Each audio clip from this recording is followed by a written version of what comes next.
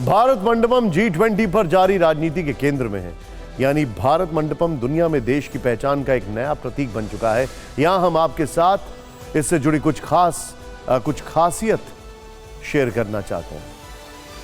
प्रगति मैदान में बना नया कन्वेंशन सेंटर 2700 करोड़ की लागत से बना है। अकेले भारत मंडपम पर 750 करोड़ रुपए खर्च हुए हैं।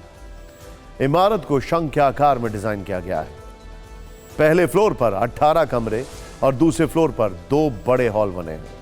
तीसरे फ्लोर पर हॉल और एम्फी थिएटर हैं, जहां एक बार में 7000 लोगों के बैठने की क्षमता है। यहां 116 देशों के इंटरनेशनल सोलर अलायंस का प्रतीक सूर्य द्वार है। भारत मंडपम में 5000 गाड़ियों की पार्किंग की व्यवस्था है। अब मैं आपसे एक सवाल पूछता हूं, क्या आप जानते हैं कि G20 है क्या?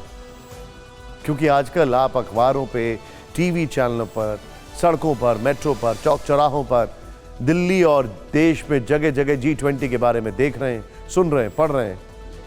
G20 को लेकर तैयार हो रही दिल्ली की तस्वीरें भी हम आपको लगातार दिखा रहे हैं।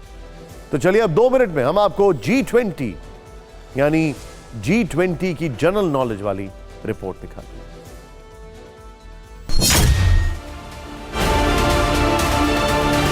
G20 जैसा नाम से ही साफ है, ये 20 देशों का एक समूह है।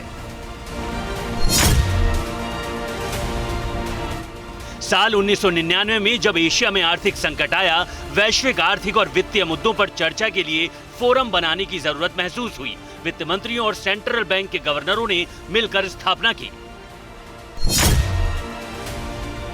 2007 में पूरी दुनिया पर आर्थिक मंदी का साया मंडरा रहा था। ऐसे में G20 के लेवल को और ऊपर उठाया गया। वित्त मंत्रियों के स्तर से ऊपर उठाकर हेड ऑफ स्टेट के लेवल का बना दिया गया। यानी बैठक में अब तमाम देशों के राष्ट्रीय अध्यक्ष हिस्सा लेने लगे।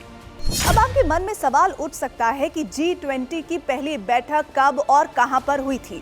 इसका जवाब ये है कि साल 2008 में अमेरिका में फोरम की पहली बैठक हुई। अब तक कुल 17 बैठकें हो चुकी हैं और भारत 18वीं बैठक की मेजबानी कर रहा है।